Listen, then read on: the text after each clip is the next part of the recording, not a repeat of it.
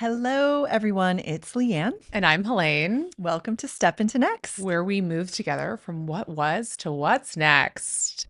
And today, do we have a treat for you? Yay. Andy Ellwood's here. He is truly a one of one. You talk about a builder taking a break, seeing the liminal space, and then, I don't know, maybe getting back into it. Andy, thank you so much for being I'm here. super pumped to be here. This is going to be a blast. The vibes are high. The vibes are very so high. I just got all the pre-talk. Like, wow. totally in the pre-talk. I said, Andy, I really like your energy. And for all those out there, I really like women on this podcast, but we have Andy here today. So I'm thrilled. Yes. We are very happy. Tell us a little bit about your background. Just warm up the audience as to why the vibes are so high right now. I give off your favorite big brother energy. Wow, that's Aw. true. Like the one who helped you get things off the top shelf and maybe gave you a boost over the fence. You are very tall. We had to get him a shorter chair so he matched our height. And that's kind of always been my favorite role to take in my family, but also in friendships, is like, what can I do to give a boost? And I think that my newsletter is called Make Room for Many. And I kind of think about that as, if I'm doing a really good job at being, giving people a boost, there's room for more people, and we can all climb into the treehouse together. And so that's kind of the philosophy that I have in life, and I hope it permeates through. I think we're done now. That was actually Literally, fantastic. I was like, and scene. I do want to say we want to hear your story and everything, but what has struck me about you for the many years that I've known you, we've all known each other many years at this point, especially for a man in business, it's sometimes anathema to be emotional or vulnerable or inspirational. It's, it tends to be a little bit, at least from my vantage point, a little bit more calculated, but you are the opposite of that. I think I told you, I have an image in my head of a picture you posted of all your journals one year. So first of all, how do you have the courage to do that? How do you do that? Like, where does that come from? I've been journaling since I was 14. So I have journals going back to a long time ago. Wow. And it became an even bigger part of my life professionally, where I keep my notes of meetings I was in, people I'd met, and then like what I thought about it. And then it kind of became shorthand. So I go through, journals at a pretty good pace. And it's interesting. I went back and I looked at how many days each journal takes me. And you can literally map it to my life, that if something crazy was going on in my life, I got through a journal much faster. And if it was like a little bit more chill space, like, the journal took a little bit longer to go through. And so like data points Calculated. around the journaling. But I realized like early in my 20s, that if I didn't put the thought outside of my head, I didn't actually know what I thought. So either speaking it to somebody or journaling it slowed my brain down long enough, like writing each letter by pen, not online, I can relate to that. not voice notes, but like by pen. My handwriting is not what it used to be, but like I still crank it out. Slows me down in almost a meditative state to actually see, is that what I actually believe about the thing? And sometimes I'll write the next sentence and be like, but that's not actually what I thought. And so doing that for myself proved to be really valuable. But then I also saw that sometimes the best things that I wrote in my journal would then end up being helpful for other people if I shared it someplace. And so that's where some of the openness and vulnerability, and just kind of, hopefully transparency and just authenticity that I live online with. But I remember when I was first going to therapy, I interviewed several therapists, and the one I ended up picking in our first session, I said something and she said, "Do you think that, or does AndyEllwood.com think that?" Oof, I was like, "You're my therapist. Let's go." Right. Yeah. Because she called me on it. And really for the 4 years that I worked with her, it was fusing AndyEllwood.com with Andy. Wow. So that if you saw me on a podcast and then you met me in real life, you weren't jarred by, oh, there's that version of him and there's that version of him. And so being able to just live authentically without having to remember, is this for AndyEllwood.com or is this Andy, is a really, really powerful breakthrough for me. That's Living incredible advice, truly. Like, just that differentiator between the .com and the real you. Just one last question on this, because I'm so intrigued. Do you ever get any pushback? Like, we're gonna talk about your whole business journey and raising money and all those things. But have you ever seen anyone say, you're a little bit too authentic or vulnerable out there? I have not gotten that direct feedback, but I also know that, and my wife is very good at giving me feedback. Sometimes she's like, Thanks, Maddie. you're a lot, right? And I'm like, yeah. She's like, maybe don't take that a lot as your opening volley in the conversation, you know. Fair. And I'm like, all right. Like, she's like, they can get to know that you're a lot as you go, but you don't have to start off being a lot. Yeah. And so very, very grateful to have a feedback loop in my Great way. We love a feedback loop. Yeah. So, speaking of like being a lot, were you always a lot in this way? Like, how did you become this person that is blasting through journals and, you know, maybe running back businesses? I, in hindsight, have always been a lot. I have Good, me too. never Yeah. never openly been a lot. I hid it Mm. for a very, very long time. I think that I probably started journaling so that I could actually be my true self. Wow. Because I Ooh. grew up conservative Christian Texas, the oldest of 4 kids.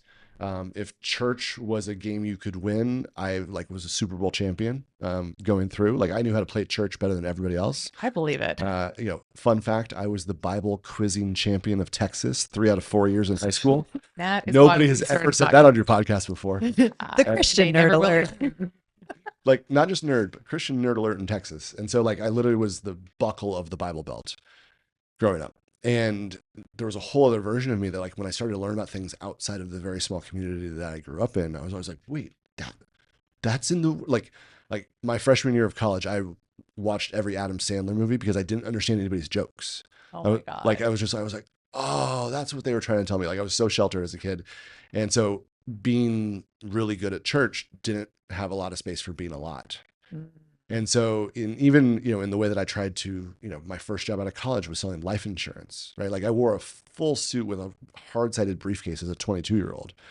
And like, I was a lot, but I was doing it in a pretty controlled, boring industry. Mhm. You know, and so it was only through continuing to evolve, continuing to like kind of reinvent myself multiple times that I finally started to kind of crack the core of like, oh, that's actually like why I've been putting on a facade, and that's actually why, like, who Andy really is. And it's been a journey that, and I'm still on it, but Yeah. but I'm The journey glad. never ends. Yeah. Yeah, I'm glad. Cool. So though. tell us about, okay, insurance to start up. How do we get there? Tell us about your first mountain.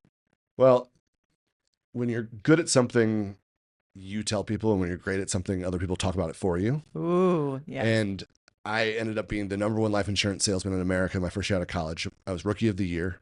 And so I sold more life insurance than any other 23-year-old in America. And that word got spread around in Dallas, and another sales job opened up, which was selling private jets for Warren Buffett. As one I thought does. you were going to say. As one does. And so I had all the celebrities, the athletes, and the billionaires that lived in Texas for tax reasons or whatever, flying in and out of my hangar and Warren Buffett's planes. And I learned so much from those clients. Like, it was like I got just a free view into how the other side lived, right? Like, I grew up in a family of, you know, of 4, and like we always had enough, but like exactly enough. Right. Right.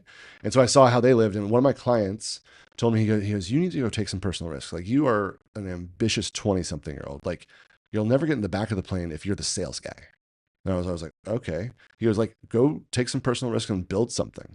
And the company was based in New York, and I was in Dallas, and I was like, I just got to get to New York. Like, that's where I need to be. So I moved without a job or a place to live. And then on my way there, got a phone call from a friend who had just raised some money for a startup. And he's like, do you want to do business development for us? I was like, what does that mean? And Yeah, totally. I'm still unsure.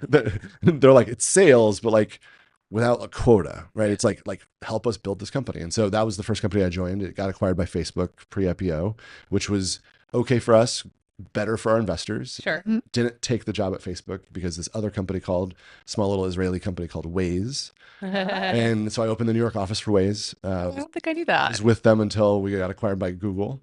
So like, first company I joined gets bought by Facebook. Second company I joined gets bought by Google. I was like, Track startups are easy. Yeah. Startups are easy. Yeah. What is wrong with everyone? What are these challenges of being a founder? So I was like, I'm gonna go found a company. That one got acquired after a couple of years by private equity. And I'm like, 3 for 3, let's do it again. Put it all on red. And then that one was the one that didn't work. Yeah. And 8 years later, you know, a ton of crazy things happened, but learned a lot about, you know, the ups and the downs and who you become in those moments, with the company that ended up being shut down because of the pandemic. So it was you know, pretty brutal run, but it was, I was averaging 168 days a year on the road Yeah. throughout that whole time. And a lot of personal challenges happened as a result. And so, it's, that in between space that happens after you get off the treadmill, you're like, what am I doing? I'm at Yeah. home. Like, what am I supposed to do? Like, I was used to being on my way to the airport every week. Mm-hmm. And so that's, was a pretty crazy moment to kind of see all of that, momentum and then just like thud. Hard stop. At the time, were you able to have the perspective? Because it sounds like your company was the one that failed was around for quite a few years, 8 years, you said. Um, at the end of that, did you have the perspective of like, okay, I'm okay. It's okay that this failed. Like, did you have the lessons learned, or were you down in the dumps, like I'm a failure kind of thing? Yeah, it was a pretty sudden, all of Okay. a sudden. So, it was, that is when I started going to therapy, that is when I got into executive coaching. I spent, the years that I worked as an executive coach after that, I spent trying to be the executive coach I wish I would have had Yes. during that time. Totally. Coming back to kind of big brother energy, like put your arm around him and be like, it's okay, kid. Like, we'll get him next time.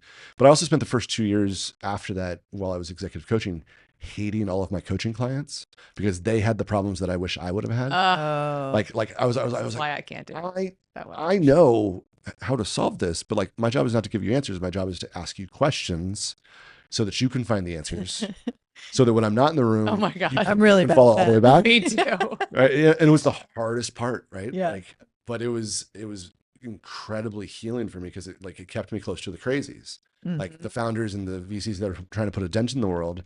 I got to be their intellectual sparring partner, and so it kept me in the mix on a lot of things. But Without the major downside either, correct, too. Yeah. correct, A little nervous system regulation. exactly. And so I found time to do things I'd never done before, like get married and start a family. And it was after 40 years, I finally figured out how to do that part of life, which I'd just been so focused on everything else. But it took some space and time to like be able to like be in a position to fully show up for that part of the Andy Ellwood story.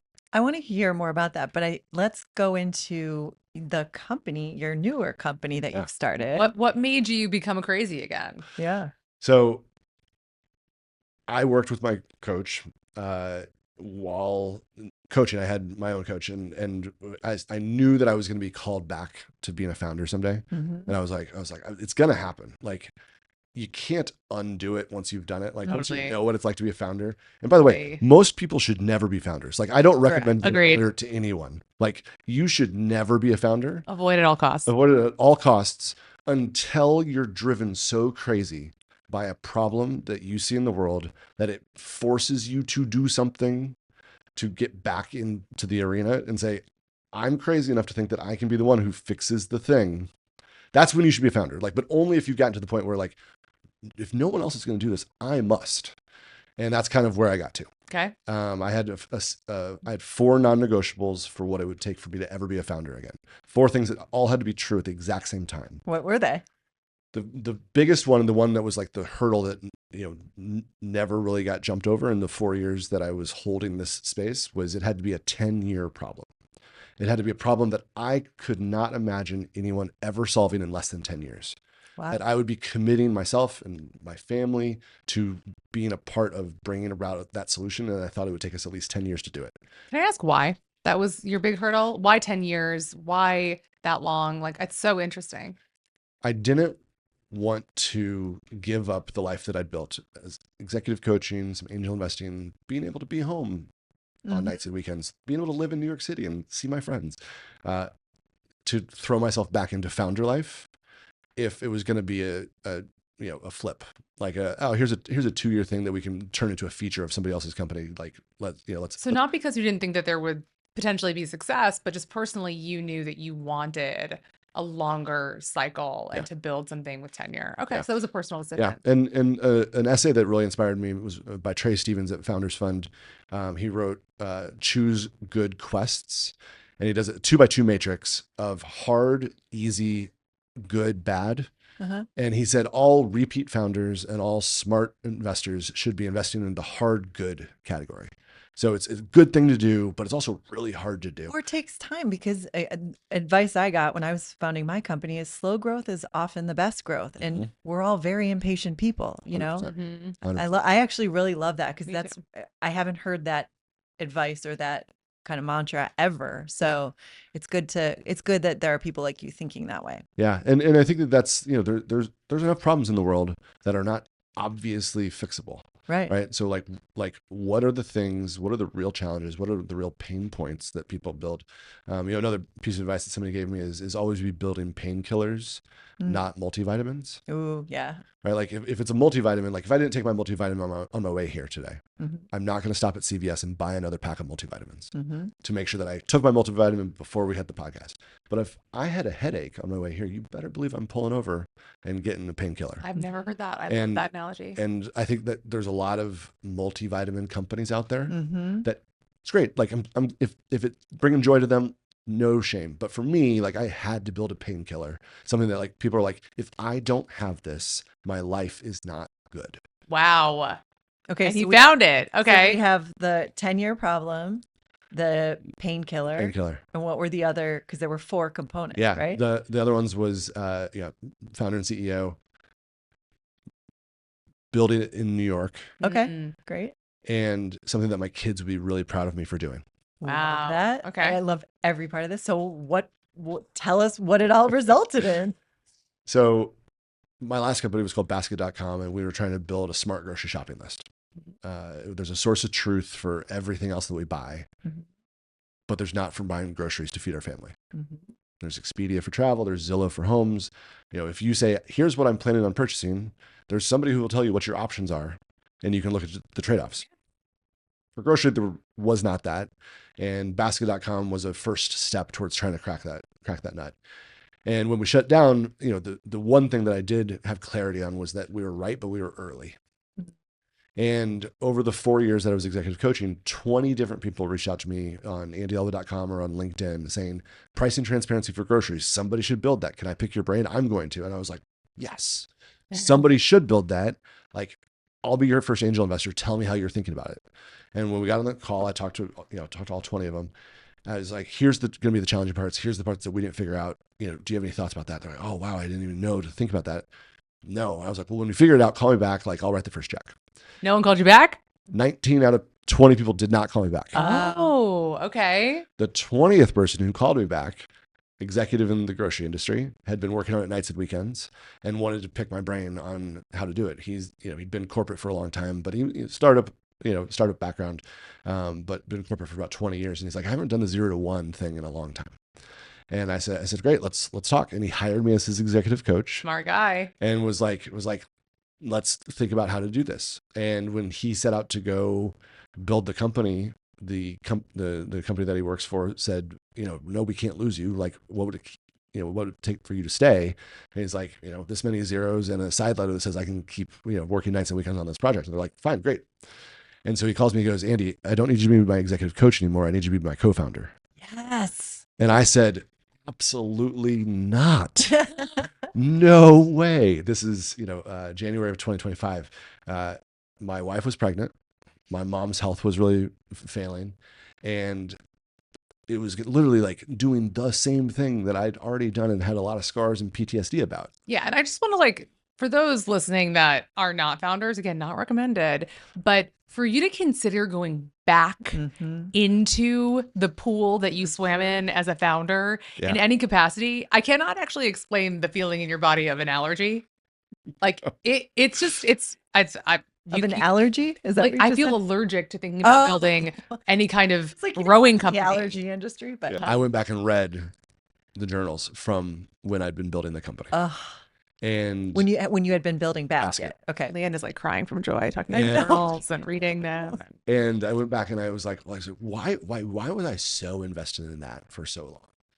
So not only did I see, my own thoughts and like how this is what would have helped my mom be able to be smarter about groceries for our family growing up and make sure that we didn't just have just enough, but maybe a little bit more than enough. But also, we got to 650,000 families that we were serving at Basket, and like they all wished me congratulations when we had our birth announcement. Like there's still a lot of, like a bunch of them Impacted their lives. follow, still follow me on social media. And I'm super grateful to still have relationships with a lot of these families. And I was like, man, like we were literally saving people $1,000 a year by using our free app.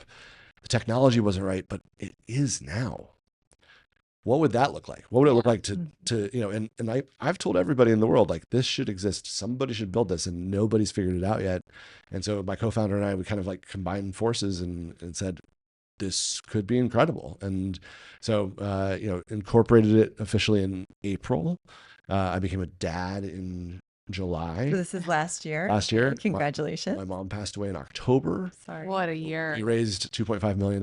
Like 2025 was nuts. Damn. In like the highs and the lows throughout all of it. But it was also, to be unified on just working on one thing, to be the privilege to get to be a founder again, to get to be backed by some of the same investors who I lost to them money the last time. Totally. That they're like, no, I'll back you again. You were right. You were early. Like, Run it Yeah. back. let's do this. But then like to get to, start to see those families be like, you're doing it again. Oh my gosh, we've been missing this. It's just been really, really powerful. And I'm Wow. super, super grateful. This is incredible. And, you just mentioned the birth of your daughter. Yeah. And Maddie, your wife, who we know as well. One of the things that strikes me about you too, we talked about your journals and your vulnerability and all your therapy. You're also very open about you're building a family. You love, you just said before. And how do you, and this is a question that women are asked all the time, but how do you balance it all? Yeah. By saying no to almost everything else. Okay. Thank you for saying yes to this podcast. Seriously. We're very lucky. Over the past 15 to 18 months, like I have removed myself from things that I really loved, but I didn't love as much as I love my family and as I love my company and I love my community. And so, it's been hard, to even just like small advisory roles, Yeah. Mhm. right? Like that, it's like an hour a month. I'm no longer working on, Mhm. that is a cost.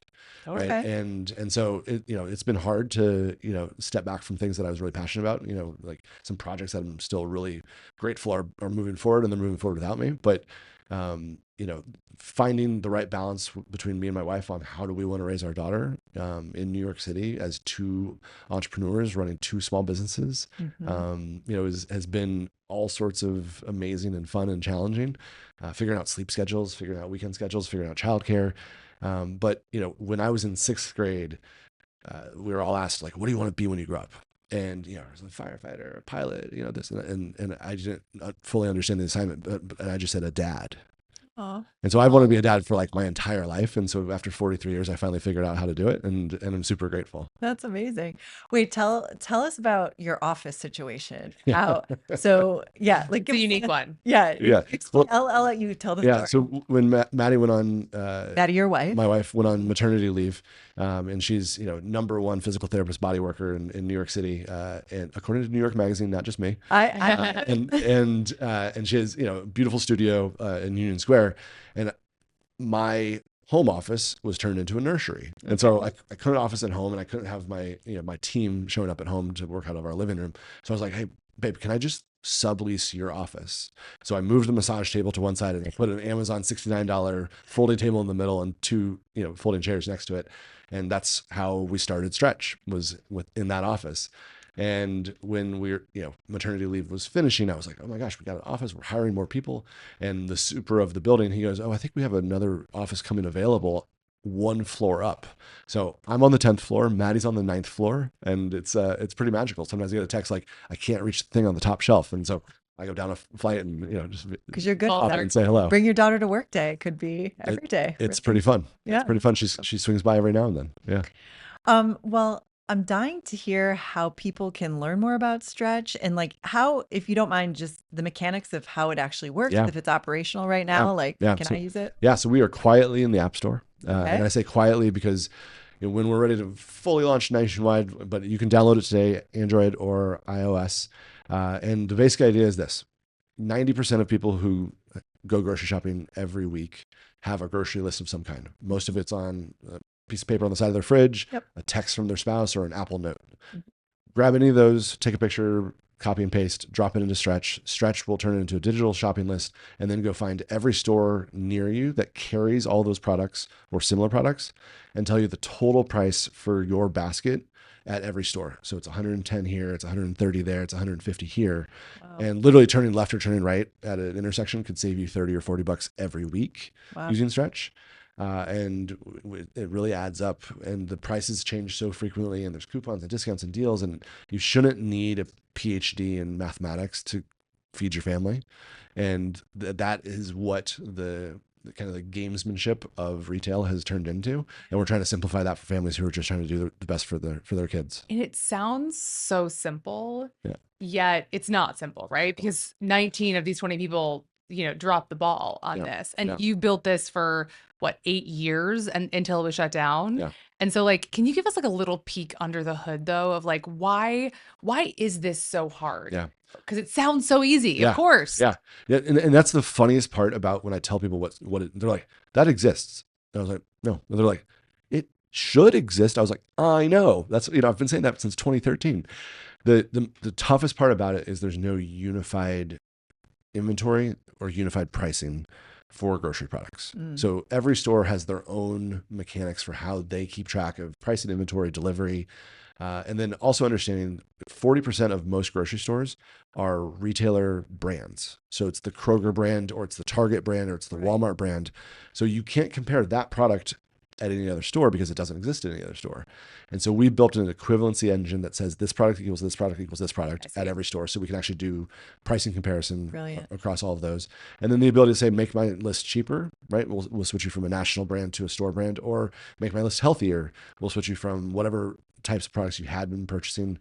We're going to be able to give you an assistant effectively that's going to be able to make your family save money and eat healthier, all simply by using a shopping list as the medium for it. And what have been some of your biggest surprises running it back, so to speak? Yeah. Both great obviously, it's more than a decade later. Yeah. So like surprises there. And then also just like, I can imagine there might be a little bit of like PTSD and some problems that you're solving or roadblocks with the grocery stores. Like tell some of those surprises. Yeah. Josh Wolf, investor at Lux Capital, is very well known for saying that chips on shoulders put chips in pockets. Mm-hmm. And one of our investors, like in their memo as to like why we're investing in Andy, is because Andy has a huge chip on his shoulder. Yes. About it not working the last time. And the other really great piece of advice I got from former entrepreneur that I worked with at Gowalla, the company that got bought by Facebook, he said, you know how to do steps 1 through 5, but still take all 5 steps.